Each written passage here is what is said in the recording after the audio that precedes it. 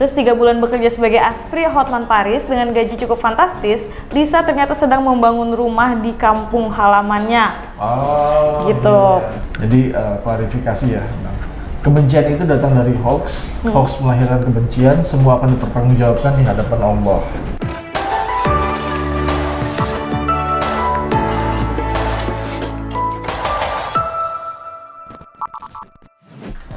Selamat datang di reactionjpnn.com. Bersama kami, gue Sergi Dan Dea. Ya, kita akan bicarakan atau mereaksi 5 berita terpopuler pekan Minggu ini. Hanya Iya. ada di jpnn.com. Coba spill apa sih ini? Spill dulu nih ya. Jadi nanti tuh beritanya yang bakal kita bahas itu variatif banget nih. Ada tentang kakek viral yang nikahin gadis cantik. Waduh. Sampai ada juga soal CPNS yang ngundurin diri. Wah.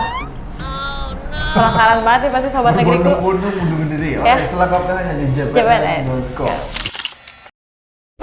Oke, beritanya yang kelima nih. Ini sangat viral di mana-mana. Headline-nya seperti ini: viral kakek nikahi gadis cantik, kepala desa sampai ditegur kemenang. Waduh.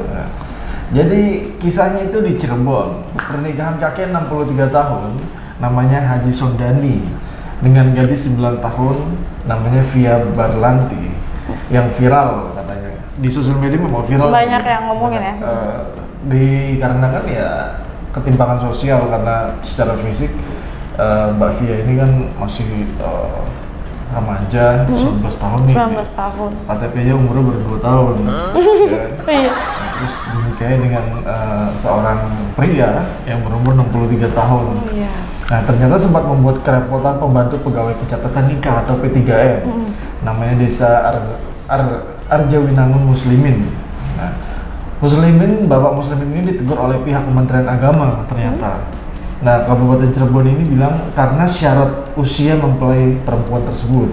Saat itu Via dianggap masih berusia 18 tahun, yang artinya belum memenuhi syarat pernikahan di Indonesia. Oke. Kamu umur berapa? 24 sudah. Sudah matang. Oke, lanjut. Oke. Nah, intinya seperti itu. Oke. Ada komentar apa? Ada komentar nih dari Roy. Dia bilang, wek, bujangan perjaka lewat gitu. Terus ada juga dari Rian Rahmadian. Memang apa yang diharapkan dari aki-aki, katanya gitu. Jangan gitu lah. Nggak tahu ya, cinta Udah kali. foto-fotonya belum? Sudah. Gimana? Rasanya? Foto-foto awkward sih lihat. Bang Sergi gimana lihatnya? Yang lihatnya nggak apa-apa, karena kan saya sudah punya istri. Kamu yang jomblo melihat Aduh. dia sudah menikah. Oke. Case closed. Oke, sekarang berita populer keempat. Ini datang dari dunia hiburan. Ini judulnya gini: 3 bulan jadi aspri Hotman Paris, Lisa bisa bangun rumah berkat gaji yang fantastis. Gaji berapa itu? Enak banget ya. Oke, kita ceritain dulu. Jadi pengacara Hotman Paris itu kan terkenal punya banyak asisten pribadi. Nah, 2 diantaranya adalah Baby dan Lisa. Kedua aspri Hotman Paris itu ternyata mendapatkan gaji yang gak sedikit. Hal itu terungkap saat Baby dan Lisa melakukan tanya jawab bersama Melanie Ricardo melalui kanalnya di YouTube. Saat Melanie Ricardo menanyakan apakah gaji Lisa sebagai aspri mencapai 5 juta, dia ngakunya lebih. Wah, lebih dari 5 juta nih. Di atas 10 juta. Ditanya ternyata di atas lagi. Nah, terus abis itu Melanie lantas menyebut nominal 15 juta. Lisa mengaku lebih dari itu. Terus 3 bulan bekerja sebagai aspri Hotman Paris dengan gaji cukup fantastis, Lisa ternyata sedang membangun rumah di kampung halamannya. Gitu. Nah, terus habis itu ini lagi mau bangun rumah sih di Bangka, kata Lisa gitu kan. Menurutnya orang tuanya bangga karena dia kini makin sukses dan dikenal banyak orang. Nah, terus si Baby ini juga memperoleh gaji belasan juta rupiah berkat bekerja dengan Hotman Paris. Baby bahkan bisa membuka usaha sendiri dengan kerja kerasnya sebagai aspri pria berusia 62 tahun itu. Aku ada buka usaha gitu, beli keperluan di rumah banyak lah katanya gitu. Apa yang Bangka? Wah, enak ya kayak kerja saya jadi 3 bulan langsung bangun rumah di kampung loh. Menarik ya. Ya tapi kayaknya mungkin dia menabung sebelum jadi aslinya Hotman Paris kan? Ya, Bisa nggak jadi. tahu juga sih, bisa jadi sih. Ya atau jadi influencer juga di Instagram bisa jadi banyak endorse dan lain-lain. Itu kan lumayan, harganya lumayan. Jadi Lumayan endorse. ya harganya. Jadi Oke, ada lagi nih komentar tapi dari Surya Dharma. Surya Dharma. Dia bilang gini, 3 bulan langsung bangun rumah. Wow, luar biasa. Kalau 3 tahun mungkin masuk akal. Coba itu. Oke. Ada lagi dari Donuts. Hotman pengacara paling top dan beda dengan yang lain. Top Marco top gitu Iya. katanya. Aku sih beng-beng. Iya. Oke. Case close. Oke, sekarang udah masuk berita populer nomor 3. Nah, Ada ini apa di nomor 3? sekarang nih beritanya berita hukum nih. Headline seperti apa? Headline-nya 8 tahun buron, koruptor ini ditangkap di Jatim. Lihat tampangnya. Jawa Timur ya. Ada fotonya nih. Jadi nanti sobat negeriku bisa lihat di video ya, Screenshot ada ya. fotonya. Gitu.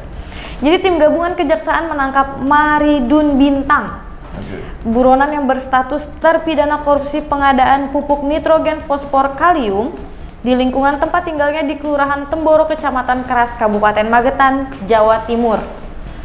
Kepala Seksi Penerangan Hukum Kejaksaan Tinggi Jawa Timur, Fatur Rahman menyebut Maridun Bintang telah ditetapkan masuk daftar pencarian orang oleh Kejati Aceh sejak tahun 2014. Putusan Mahkamah Agung menyatakan Maridun Bintang selaku Direktur CV Bintang Marga Utama terbukti secara sah dan meyakinkan bersalah melakukan tindak pidana korupsi.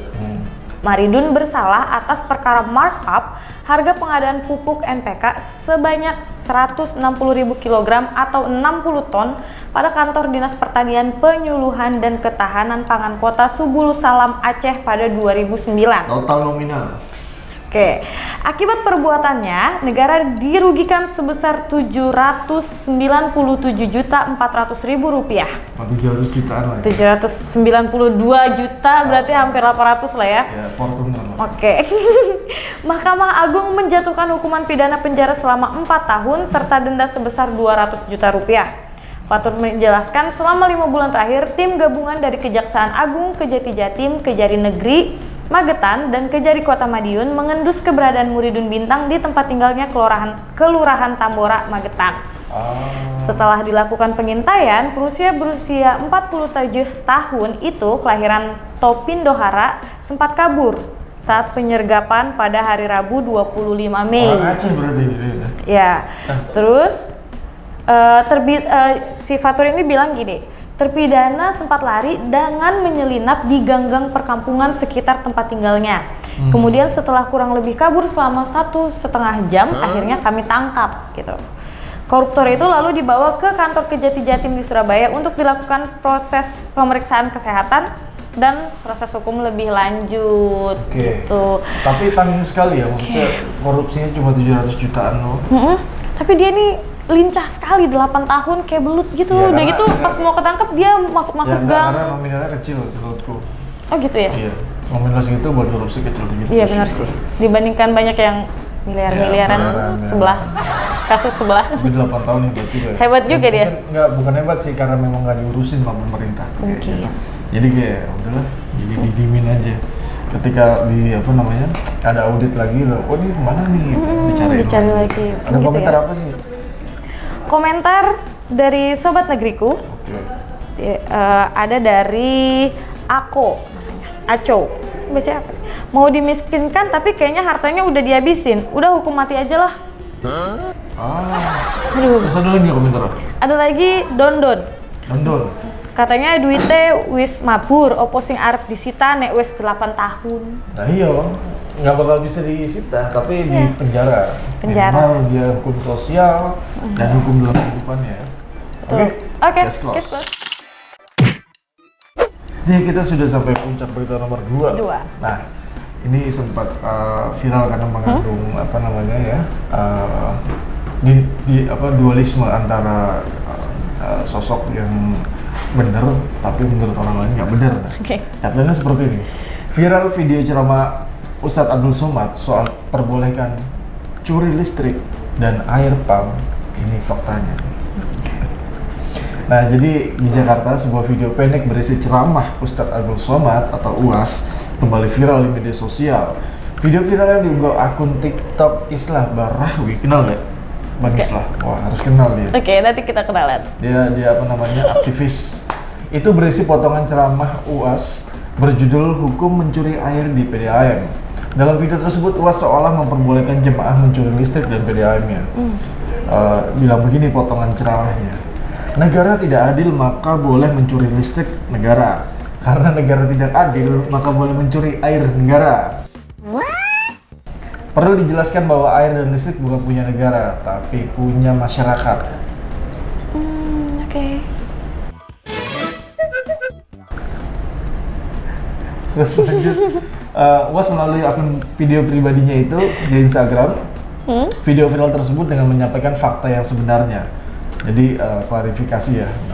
Kebencian itu datang dari hoax, hoax melahirkan kebencian, semua akan dipertanggungjawabkan di hadapan Allah. Dalam video asli yang diunggah UAS tersebut, seorang jamaah bertanya tentang hukum menggunakan air yang dicuri dari PDAM untuk berwudu. Fakta yang sesungguhnya terungkap dalam ceramah video UAS justru menegaskan mencuri listrik PLN dan PDAM hukumnya haram. Faktanya seperti itu. Tapi itu dipotong, Potongan-potongan katanya gitu ya. boleh kalau memang itu listrik dan PDAM itu bukan punya negara. Oke. Ya kita seperti itu. Ada komentar apa Jadi sih? potongan-potongan video itu bikin misunderstanding sama yang ngeliat ya? Iya, tapi nggak hoax juga sih. Iya sih. Karena bisa jadi juga itu benar gitu. Oke, ada komentar dari Surya Dharma.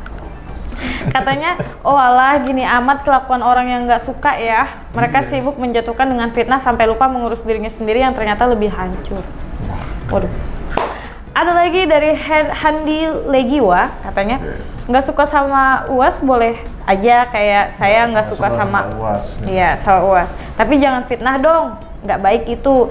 Intinya nggak suka itu ada batasnya, bukan seenaknya. Kita manusia punya otak dan hati. Iya, benar. Ini ya udah jangan komentar apa-apa lah tentang orang lain ya. Iyalah. Oke, kayak kita nge-reaction berita juga. Sebenarnya ya udah pokoknya case close. Oke sobat negeriku, kita sudah mencapai puncak berita nomor 1 dan ini paling viral karena sangat-sangat dualisme lagi kan.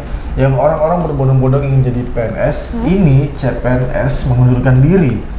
Terus BKN itu keluarkan sanksi tegas. Jadi ceritanya gini, Badan Kepegawaian Negara atau BKN hampir menuntaskan penetapan NIP CPNS 2021. Hingga 20 Mei tercatat sudah 111.485 peserta CPNS mengantongi NIP atau NIP dari usulan yang diajukan pejabat pembina kepegawaian atau PPK sebanyak 112.018 ribu orang. Sementara SKCPNS yang sudah dicetak masing-masing instansi sebanyak 95.659. BKN juga mencatat peserta yang lulus seleksi CPNS 2021, baik instansi pusat maupun daerah sebanyak 112.514 ribu orang yang sudah mengisi daftar riwayat hidup. Ada tercatat sekitar 111.729 ribu. Ya kan? Nah sayangnya dari jumlah peserta yang lulus terdapat 105 peserta mengundurkan diri. Peserta yang tidak memenuhi syarat TMS sejumlah 4 orang, berkas tidak lengkap 11 orang. Kayak gitu. Nah, adapun alas pengunduran diri peserta adalah mereka mendaftarkan pada pejabat dan instansi tanpa tahu kondisi instansinya. Jadi alasannya itu. Oh iya. Jadi mereka sudah melamar tapi mereka nggak tahu nih kondisi dalamnya kayak gimana. Misalkan dia menjabat di instansi bidang kemaritiman misalnya gitu ya. Tapi dia sebenarnya nggak tahu kemaritiman ini tugasnya ngapain aja. Dan itu berbanding dengan kepribadiannya. Bisa aja sebenarnya. Iya sih. Ada komentar apa? Ada komentar dari Fredel Ulani, katanya NIP dikunci, gaji dan tunjangan masuk kantong atasan dong, haha. Terus ada lagi Hadi Salim 99@gmail.com. Katanya dia bilang, jangan-jangan itu joki. Joki ya? Wah, banyak praduga di sini ya. Ya, itu kan jangan-jangan. Ini jangan. Makin banyak komentar-komentar di ini ya. Berita jpnn.com jpnn.com ya. Berbondong-bondong nih banyak yang komentar ya. Tapi kita filter. Oke? Oke. Kita case close. Oke, kita sudah bacakan berita 5 populer pekan ini di aplikasi atau di situs jpnn.com. jpnn.com. Berita yang paling kamu suka yang mana? Berita yang paling aku suka apa ya? Aku suka soal ini sih, gajinya Aspri Hotman Paris. Oke, itu berita soal uang memang menyukai ya. Iya, money oriented banget ya. Sobat negeriku komentar berita Komentar. mana yang kalian sukai dan berita mana yang harus direaction minggu depan. Iya. Ya, komentar terus di YouTube-nya jpnn.com biar tim produksi dari reaction jpnn.com Bisa juga komentar langsung di aplikasi jpnn.com. Nah, yang belum buat para semua Sobat negeriku yang sering baca berita dan atau nggak mau ketinggalan berita di seputar Nusantara dan luar negeri, jangan lupa untuk mendownload aplikasi jpnn.com di Play Store dan App Store sekarang juga. Ya nggak? Iya dong, pasti berita dibacanya jadi lebih nyaman ya nggak sih kalau Iya. di aplikasinya langsung. Baca berita lebih nyaman dan mudah di aplikasi jpnn.com. Jangan lupa Download. Oke? Siap. Jangan lupa, oke. Sampai jumpa reaksi minggu depan. Gue Sergio Agasta. Udah ya. Sampai jumpa. Bye.